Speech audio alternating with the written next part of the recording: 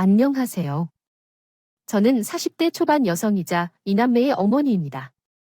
최근 이 채널을 알게 되어 다양한 이유로 이혼한 분들의 이야기를 듣게 되었는데 많은 이야기들이 있더라고요. 제 경우에도 배신과 폭력을 경험하며 전 남편과 이혼했습니다. 그 결과적으로는 그 사람과 함께 하길 참으로 후회하고 있어요. 지금은 마음의 상처가 거의 다 치유되어서 털털하게 제 이야기를 나누고 싶어 이야기를 공유하려고 합니다. 가까운 친구에게도 못 말했던 이야기를 시작해 보겠습니다. 저희 어머니께서는 제가 3살 때 병으로 돌아가셨어요.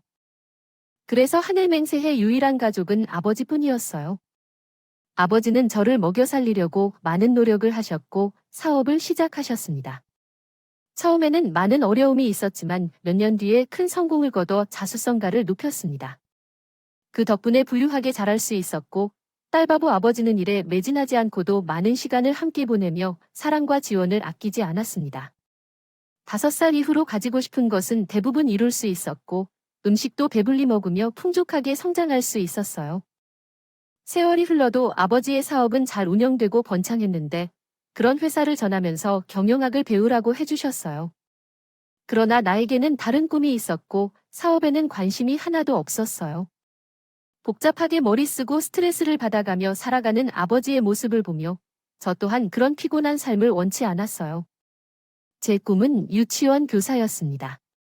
어린 아이들을 좋아하고 예뻐해서 매일 아이들과 함께 놀고 공부하는 것이 제 유일한 목표였죠.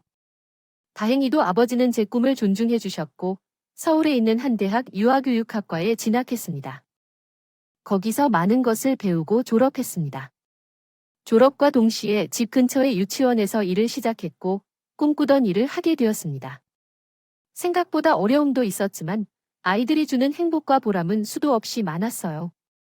이 경험으로 천부적인 천성이 있다는 생각이 들 정도로 인생의 만족도가 높았습니다. 유치원과 집을 오가며 즐거운 인생을 살다 보니 어느새 30이 다가왔죠. 아버지는 내가 결혼을 해야 한다고 생각하셨지만 남자를 만나지 않는다고 하자 알게 된 젊은 사업가를 소개해 주셨어요. 한번 만나보라고 했는데 키도 크고 운동이 잘 되는 분이라고 하더라고요. 그래서 만나보자고 했더니 아버지는 내가 만약 그 사람을 좋아한다면 시집해보라며 밀어주셨네요. 외롭기 힘든 3살 근데 아빠가 다른 여자를 만나볼 찾다가 착한 사람을 소개해주겠다고 해서 어떻게 할까 고민을 하던 중에 결국 눈에 들어오는 남자가 나타났어요. 처음 만난 날부터 함께 지내며 사랑이 싹튼 그런 느낌이었는데 6개월 동안 소중한 사람이 되어 가기로 결정하게 되었어요. 결국 오늘 그가 진심으로 대해주는 모습에 끌려 평생 행복할 수 있겠다고 생각하며 청혼을 받아들였어요. 아버지는 세상을 다 가진 것처럼 기뻐했고 하루빨리 결혼식을 올리라고 밀어붙였어요. 남편이 또한 기다릴 필요가 뭐가 있겠느냐며 번갯불에 콩을 볶아 먹듯이 결혼 준비를 서둘러 떠났어요. 결국 결혼 약속을 한 지 한 달 만에 초스피드로 결혼식을 올리고 부부의 삶을 살게 되었습니다. 신혼집은 남편의 배려로 아버지의 집과 가까운 아파트로 마련했어요. 그래서 아버지는 퇴근하면 우리 집으로 자주 오셔서 식사를 하고 돌아가셨어요. 여느 아버지가 자주 오시는 것이 괜찮아 불편하지 않아 무슨 소리야. 장인어른은 나에게 멘토이자 영원한 친구라고 당신 만나기 전부터 싸워왔던 정이 얼마나 많은데 그런 말을 해버리니 마음 같아선 장인어른을 모시고 살고 싶다고. 그 정도로 아버지를 초친구합니다만 당신이 요즘 나보다 아버지랑 더 많이 어울리고 대화도 더 많이 하는 것 같아 우리 신혼부부인 것인지 상관인지. 당신 삼내는 거야 기억이 정말 남는다. 장인어른이 사업에 관해 이야기하기 시작하면 끝이 없어 배울 것도 너무 많고 흥미로운 이야기가 줄 서 있는데 당신이 사업에 관심이 있었더라면 같이 재밌을 텐데 안타깝다. 어쨌든 앞으로는 장인어른하고 있는 시간을 줄이고 당신이랑 더 많이 보내도록 할게. 우리 신혼이니까 빨리 이세도 만들어야 하지 않겠어요? 2. 3. 우리 결혼한 지 2달 됐어. 그런데 벌써 애를 낳으라고 제발 좀 시간 좀 즐기자. 내 생각 좀 해줬으면 하는데 그런 대화는 꽤 자주 오갔어요. 아빠가 우리 신혼집에 매일 같이 오셔서 수다를 떨고 가셨으니 남편은 저보다 아빠와 더 가까워졌다 합니다. 김서바 그 사업 확장은 어떻게 돼가요? 그냥 그래요. 아무래도 제가 인맥이 얄팍한다 보니까 한계에 부딪히고 있네요. 아예 그럼 두장인에게 진작에 말해야 할 텐데. 내가 사람들 좀 소개해 줄 테니까 크게 자도받고 거래처도 대폭 늘려보도록 하게. 정말이야? 영광이죠. 아무리 생각해도 장인어른은 내 수호천사가 분명해. 장인어른 안 계셨으면 난 지금처럼 사업이 잘 되지도 않았을 거야. 확장까지 도와주셔서 감사합니다. 우리는 한 식구 아닌가? 서로 승승장구해야지. 그리고 내 딸 굶기지 않게 성공해야 하는 게 당연하지. 남편은 아빠의 도움을 받아 사업을 확장하며 사무실을 더 큰 곳으로 옮기고 직원들도 몇 명 더 채용했어요. 남편은 이전보다 바빠졌고 집에 들어오는 시간도 늦어졌어요. 유치원에서 5시면 퇴근하는 저는 그이가 올 때까지 독수 공방을 해야 했어요. 당신은 정말 고생 많이 했어요. 내가 미안해하는 일이 많이 쌓여 있어서 죄송해요. 내일은 좀 일찍 돌아와서 도와줄게요. 우리 사이의 연애는 예전과는 많이 달라졌지만 우리가 잡은 물고기는 놓지 않을 거야. 우리가 함께 노력하면 빛이 비춰줄 거야. 나는 너에 대한 마음이 변한 게 아니라 그저 일이 너무 많아서 바쁜 거니까. 다음 달에는 직원을 더 뽑을 테니까 그때부터는 너와 많은 시간을 보낼게. 어렸을 때 아빠를 보면서 사업가가 되어야 한다는 생각이 들었어. 그런데 모두가 그런 건 아니니까. 하지만 장인 어른이 내 롤 모델이니까 비슷한 길을 가게 될 거야. 장인 어른의 사업 방식을 따르다 보면 성공할 미래가 보일 거야. 남편이 실제로 벌어온다면 우리는 풍족하게 살 수 있을 거야. 아마 10년 후에는 난 돈으로 코를 풀지도 몰라. 하지만 사업가는 입에 달린 소리를 잘한다고 해 하루에 4시간만 자면서도 많은 것을 이룰 수 있다니까. 나는 그 노력을 보면서 정말 멋있는 사람 같아 보이는 거야. 그러한 노력과 아빠의 도움으로 남편의 회사는 성공을 거두었어. 그러다 보니 우리는 데이트를 할 시간을 내게 되었어요. 신혼부부로 1년 정도가 지난 후 어느 날 갑자기 모든 것이 완벽해 보일 때쯤 뜻밖의 비극이 찾아왔습니다. 건강했던 아버지가 뇌출혈로 쓰러지셔서 긴 수술을 받아야 했습니다. 부부는 함께 수술실 앞에서 기다리며 의사 선생님의 치료가 성공했다는 소식을 기다렸지만 아버지는 수술 후에도 힘들어하셨고 어려운 시간을 보냈습니다. 그런데 남편은 아버지를 방문하는 것을 귀찮아하는 듯한 태도를 보이며 거의 방문하지 않았습니다. 이에 깊이 실망하고 화가 나지만 남편은 바쁘다며 핑계를 대며 아빠를 돌봐주지 않았습니다. 이에 대해 난 이해할 수 없는데 아버지가 얼마나 내게 실망하실지 모르겠다고 말했습니다. 그리고 장인 어른들도 너를 이해할 것이라고 전해달라고 부탁했습니다.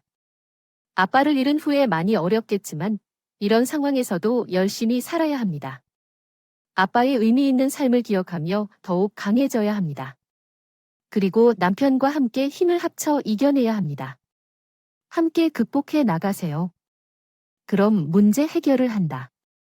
당신은 자신의 감정을 솔직하게 표현하고 남편과 소통을 해보는 게 좋겠어요. 함께 문제를 해결하고 더 나은 미래를 열어가는 게 중요합니다. 혼자만 고민하지 말고 함께 힘을 합쳐 문제를 해결해 보세요. 충분한 대화와 이해를 통해 가정의 행복을 찾아가길 바랍니다. 나의 이야기를 듣고 그 사람은 냉담한 태도로 말하며 예리한 눈빛으로 날 쳐다보았다. 또한 시아버지와의 관계에 대해 말하며 그 큰 실수에 대해 어떻게 해야 할지 말했다.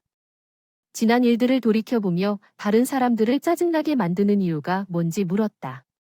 모델처럼 어떻게 도와줄 수 있을지 알고 싶어졌다. 아니야, 내가 그냥 말을 너무 많이 해서 미안해. 남편에게 말을 걸면 차가운 대답만 오더라. 그래서 우리는 필요한 대화 외에는 말하지 않았다. 한 달이 지날 동안 부부로서는 너무 차가웠다. 남편이 어떤 이유로 외식 제안을 하면서 정신이 나돌았는지 이해할 수 없었다. 난 아버지 때문에 심각한 실망을 했지만 남편을 용서하고 이해하기로 했다. 웬일로 5번 시계론 다 해야 할 것 같아. 응, 그동안 우리 사이가 냉담해진 것 같아서 이를 바로잡고 싶어졌다. 그리고 사과하고 싶은 마음이 들었다. 아버지가 아프셨을까? 미안해. 너를 실망시켰던 걸 미안해. 진심이야. 그래, 사과해줘서 고마워. 당신 말대로 우리 부부 사이를 바로잡을 필요가 있겠어? 그럼 사과 받아줄게. 응, 어색했지만 사과를 해서 기분이 좋았다. 남편과 오랜만에 데이트를 한 것 같아서 좋았어요. 30분 동안 서로가 잘못한 것을 고백하고 화해하고 마음이 편해지더라고요. 그리고 다시 평범한 부부의 삶을 살기로 약속하며 손을 꼭 잡고 노력하기로 결심했어요. 식사를 마치고 주스를 마시던 중 남편이 다시 무슨 이야기가 있는 것 같아 목소리를 낮췄어요. 한 가지만 당신에게 부탁할 수 있을까? 하며 말했어요. 사업이 잘 되고 있었는데 투자자 둘이 빠지겠다고 해서 급하게 돈이 필요한데 장인의 40만 보험금에서 얼마 정도 빌릴 수 있을까? 내가 답하면서 아빠의 보험금을 빌리세요. 이렇게 해주었다고 생각했어요. 이런 결정은 당신의 사업을 위해서였어요. 절대로 화를 내지 말고 그 아이를 지원해줘요. 내 사업이 잘 되어도 우리 둘만의 이득이 아니라 당신과 같이 좋은 결과를 얻을 거라고 생각해요.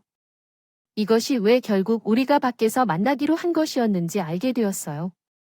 그러나 나는 따빠의 목숨 가치를 당신에게 바칠 수는 없어. 정말 그런 생각을 하는 건 힘들어요. 서로 돕는 것도 작은 투자도 아빠가 살아계셨을 때 충분히 해줬어요.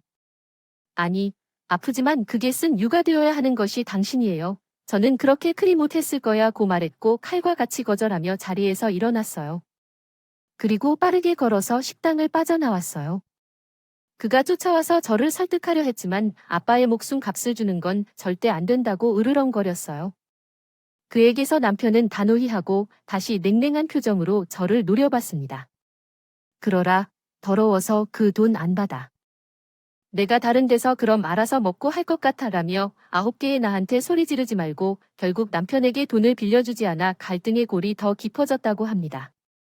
집안에서 아무 대화가 오가지 않아 사람들이 사는 집같이 느껴지지 않았죠. 그는 어떻게 해결했는지는 모르지만 사업은 이상 없이 돌아가는 것 같았어요. 남편에게 돈을 빌려줄 것이었나 하는 생각이 들기도 했지만 아빠가 아플 때 모른 채 한 남편에게 앙금과 화가 남아있어서 그런 것인지 아빠의 마지막 유산인 사망보험금을 그에게 주고 싶지 않았습니다. 2달 동안 저와 남편은 투명인간처럼 아들 집에서 살아갔고 위태위태한 결혼 생활을 겨우 이어가고 있었죠. 그러다 남편이 할 말이 있다고 저를 부르더군요. 어느 정도 마음의 준비가 되어 있었는지 긴장하지 않고 남편 앞에 앉았습니다. 나 여자 생겼어. 우리 이혼하서 뭐 지금 바람 피우고 있다는 걸 당당하게 밝히는 거야 라는 말을 하더니 이야기는 부부의 관계에 대한 어려움과 사업적인 결합에 대한 이야기로 전개되었습니다. 함께 살아가며 겪는 갈등과 감정의 충돌을 다루고 있습니다. 누군 건지 이혼을 해줘 당신 말대로 우리는 비즈니스 관계라면 당신이 우리 아빠한테서 얻어간 모든 것들을 돌려받아야 해 그리고 이혼할 거라면 소송으로 처리할 거야 당신이 입으로 바람 피웠다고 했으니 위자료를 제대로 낼 거라고 내가 흥분한 목소리로 말했을 때 그가 비웃듯이 대답했어요. 소송이 되었어. 필요한 만큼 위자료를 줄 테니까 복잡하게 굴지 말자. 회사 돈 제외하고 내가 가진 모든 재산을 다 줄 테니까 먹고 떨어져. 아주 제대로 된 여자를 만난 나는 다시 얻을 수 있을 거야. 전 재산을 나에게 주겠다는 그 말을 듣고 당연하다고 생각했어. 난 사업가라는 거야. 그리고 지금 당신에게는 아무 가치가 없다는 걸 알고 있지.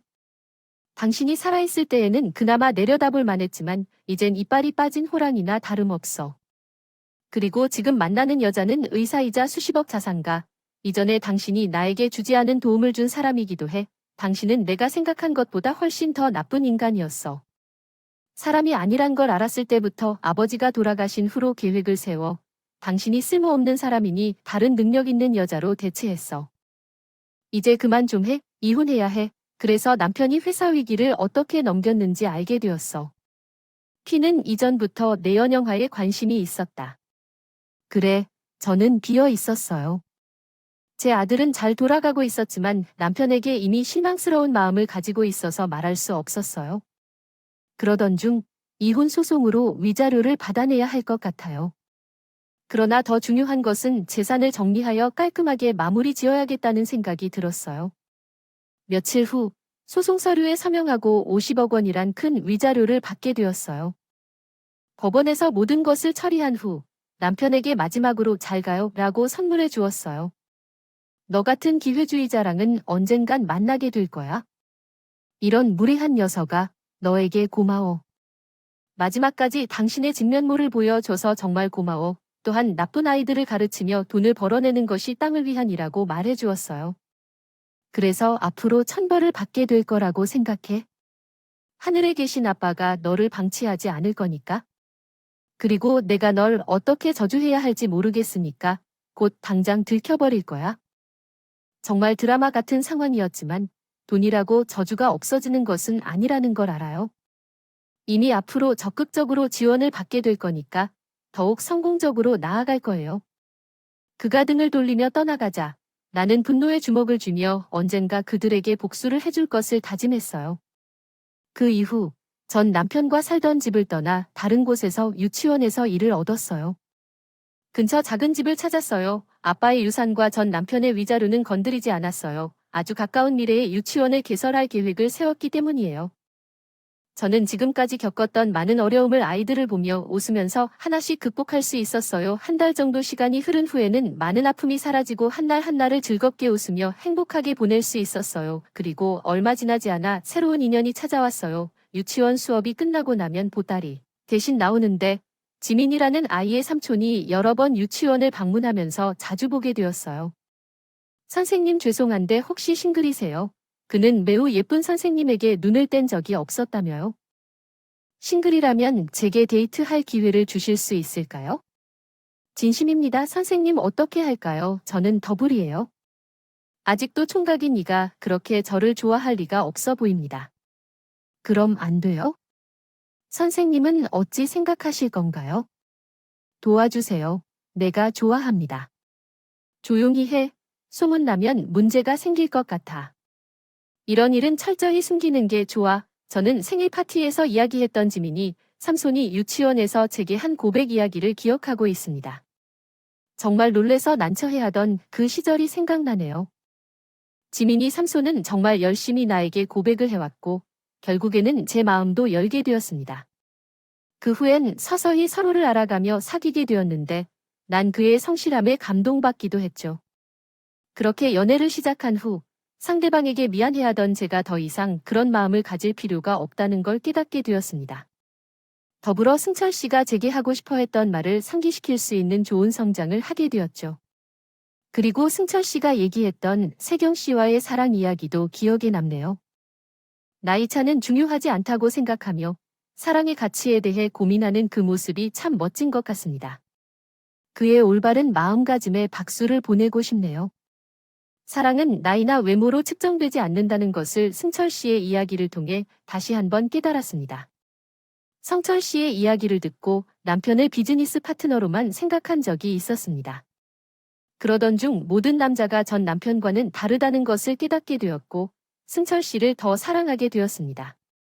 어느 주말 럭셔리 레스토랑에서 승철 씨와 데이트를 즐기며 행복한 시간을 보냈지만 먼 테이블에 전 남편과 그의 여자친구를 발견했습니다. 나는 즐거워하며 웃고 금수저 여자친구와 데이트를 즐기고 있는 모습을 보게 되었습니다. 그리고 갑자기 전 남편이 나를 인식하고 다가와 말을 걸었습니다. 나는 놀랐고 그녀의 존재에 대해 알게 되었습니다. 그 여자는 이젠 레스토랑에서의 순수한 연인이 아닌 돈이 절실한 여자로 바뀐 것을 알게 되었습니다. 당신은 지금 내게 이야기하고 있는 내 연인과의 이야기 같네요. 우리가 같은 수준이 되어서야 내 연인을 만났어요. 의사이기도 하지만 자신이 의사라고 생각하고 있어요. 우리가 식물이었던 때가 엊그제 같은데 오랜 시간이 흘렀네요. 마지막으로 본 적이 감옥에 있을 때였는데 그 사이에 의대에 다니는 것 같아요. 제 기억으로는 중학교 중퇴로 알고 있었는데 이제 내 연인은 아빠와 둘이서 살 때 우리 집에서 가정부로 일하던 여자였어요. 아빠가 보육원에서 활동하다가 그 여자를 발견해서 집으로 데려왔어요. 처음에는 잘하겠다고 생각했지만 그 여자는 범죄를 저질러 19살 때에는 폭력으로 재판을 받았고 20살 때에는 도박과 사기로 기소되기도 했어요. 그리고 몇 년 뒤에는 절도로 감옥에 갔었죠. 그때가 마지막인데 다시 만나게 되어 감회가 새롭네요. 내 연인은 저에게 시치미를 떼며 신모를 주리하라며 이야기했어요. 정말 이별을 꿈에도 꾸지 않았는데 이 사람과 함께 사는 것이 그렇게 쉽지 않은 일이라는 걸 알게 되었어요. 당신이 할 수 있는 온전한 몰입이 수줍은 그 마음을 푸는데 좋다고 보았습니다. 그래서 남편은 이해해요. 애초에 분위기가 애려웠고 다행히도 승철 씨는 티도 안 내고 뿌리쳤으니 제가 살뜰라는데 만약에 배우의 후 1위로 하고 싶으시면 디스코드 PC 클릭해서 노래러로 다시 할게로게요. 사죄드리겠습니다. 저의 한국어 능력에서 한계를 느낍니다. 다른 도움이 필요하시다면 언제든지 저에게 알려주세요.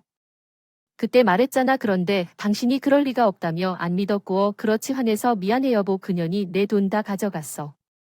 제대로 사기를 치고 튀었다고. 어디 갈만한 데가 있을까? 내도 쓰기 전에 빨리 잡아야 한다고. 들어보니 정말 웃기더라고요. 내 연녀가 사업자금으로 2억을 준 건 사기를 치려고 준 밑밥이었나 보더라고요. 의사라는 건 당연히 거짓말이고 전 남편에게 병원을 차려달라는 조건으로 결혼을 하자고 했답니다. 그래서 그 이는 회사 돈 10억을 내 연녀에게 줬는데 감쪽같이 사라졌다고 하더라고요.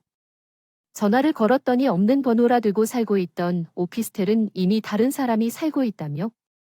자기 사기당한 걸 미주알고주알 일러 바치더군요. 저는 그 꼴이 우스워 없고 하늘이 전 남편에게 벌을 내린 거라 확신했습니다. 내가 그년이 어디로 갔는지 어떻게 알아? 꼴 좋다. 그렇게 돈돈거리더니 제대로 된 임자를 만나서 10억이 나 뜯기냐. 이 머저리야. 사업하는 자식이 사람 보는 눈이 그렇게 없어서 되겠어. 이 모든 게 인과응보야, 멍청한 놈아. 그러자 전 남편이 제 앞에 무릎을 꿇 있더군요. 여보 정말 미안해. 당신한테 줬던 상처 진심으로 사과할게. 그래서 말인데 나한테 받았던 위자료 랑장인어른 사망보험금 빌려주면 안 될까? 그렇게 멈춰 섰을 땐 회사가 해체될 것 같다던데 정말 다시 시작하자고 빌 때 용서해주고 받아줘요. 정말 너무 급한 마음인데. 그런데 내가 미쳤어? 너를 다시 만나게 그리고 버티겠다고 아버지 보험금을 빌려주는 건데 그 돈을 너에게 줄 수 있을까? 예전에 잘 지냈던 우리가 부자 자랑이니 우리 다시 시작할 수 있다는 건 당신도 알잖아. 나도 다른 여자를 만났지만 당신도 지금 다른 남자를 만나니까 비긴 셈으로 돌아갈까요? 전 남편은 어처구니 없는 말을 계속하며 재결합을 요구했는데 옆에 있던 승철 씨가 분노했는지 표정이 일그러져 있어요. 그리고 승철 씨는 전 남편의 얼굴에 강하게 주먹을 쥐어 넣었죠. 전 남편이 비상식적으로 다시 여자를 찾아오며 절 근득하자고 돈까지 요구했는데 승철 씨는 그렇게 엄청난 폐가물을 주었어요. 저는 그 두 사람을 바라만 보고 있었죠. 최종적으로 터질 것만 같은 그날 전 남편은 울며 제 것을 붙잡으며 사건을 추스렸어요. 승철 씨라는 사람은 정말 이 정도가 충분해요. 그리고 당신 내가 천벌받도록 징후하고 저주한다고 했지. 어때? 내 저주 받아보니까 죽을 맛이지. 넌 이제 끝장이야. 다신 일어나지 못할 거라고. 여보 제발 나 좀 살려줘. 이렇게 빌게 돈이라도 좀 빌려주어. 아직도 정신 차리지 못한 전 남편에게 따귀를 한 대 날렸습니다. 그리고 얼굴에 침까지 뱉어버렸죠. 그이는 자신의 비굴한보다 사업이 중요했기 때문에 부끄러운지도 모르고 끝까지 목 놓아 울음을 쏟아내며 돈을 빌려달라고 소리쳤다입니다. 저와 승철 씨는 찌찌거리고 자리를 피해버렸고 복수의 달콤함을 느낀 채 데이트를 하러 나갔네요. 얼마 뒤 전 남편과 내연녀에 대한 소식을 듣게 되었는데 식모였던 내연녀는 그이에게 사기친 10억으로 하우스 도박장에서 모든 돈을 날렸답니다. 개벌은 남 못 준다더니 다시 감옥으로 들어가 버렸단 해요. 전 남편은 내연녀를 잡았지만 사기당한 돈 외에 돌려받지 못해 회사는 알린 건 물론이고 돈 한 푼 없는 알거지가 되었답니다. 빚더미에 앉게 되어 파산. 신청을 했는데도 갚아야 할 돈이 어마어마하다네요. 결국 모든 걸 정리하고 홀로 지낼 지하월 새 방으로 들어간 전 남편은 술에 찌든 삶을 살기 시작했고 빚을 갚아야 하는데 폐인처럼 은등 생활을 하고 있어 이자가 눈덩이처럼 불어나답니다. 전 남편은 어처구니 없는 말을 계속하며 재결합을 요구했는데 옆에 있던 승철 씨가 분노했는지 표정이 일그러져 있어요. 그리고 승철 씨는 전 남편의 얼굴에 강하게 주먹을 쥐어 넣었죠. 전 남편이 비상식적으로 다시 여자를 찾아오며 절 근득하자고 돈까지 요구했는데 승철 씨는 그렇게 엄청난 폐가물을 주었어요. 저는 그 두 사람을 바라만 보고 있었죠. 최종적으로 터질 것만 같은 그날 전 남편은 울며 제 것을 붙잡으며 사건을 추스렸어요. 승철 씨라는 사람은 정말 이 정도가 충분해요. 그 사업가 사람은 자신을 이용하려는 사람들에게 속지 않고 자신의 노력과 능력으로 성공을 이루었습니다. 이를 통해 이전 남편이나 아버지의 도움 없이 성공한 것 같아요. 현재는 유치원을 설립하고 세 번째 사업을 시작하여 성공을 거두었습니다. 또한 승철 씨와의 연애를 이어가며 결혼을 미루고 있는데 그에게 참된 사랑과 지지를 받는다면 결혼할 생각입니다. 전 남편과의 이야기는 이렇게 마무리되었습니다. 모든 것은 인과응보와 사필 규정입니다. 그리고 세옹지마로 마무리가 되었답니다. 제가 돈으로 보이고 사업 중심으로만 보았던 그 인간은 평생 천벌을 받게 될 것입니다. 이제야 하늘에 계신 아빠께서 편안히 눈을 감으실 것이죠. 못난 딸이 유치원을 차려 입학하면 아버지께서 기뻐하셨을 텐데 너무 일찍 떠난 것 같아서 마음이 아프기도 합니다. 이만 물러가겠습니다. 제 이야기를 들어주신 분들의 삶 속에 큰 행복과 기쁨이 충만하게 되길 손 모아 빕니다. 감사합니다.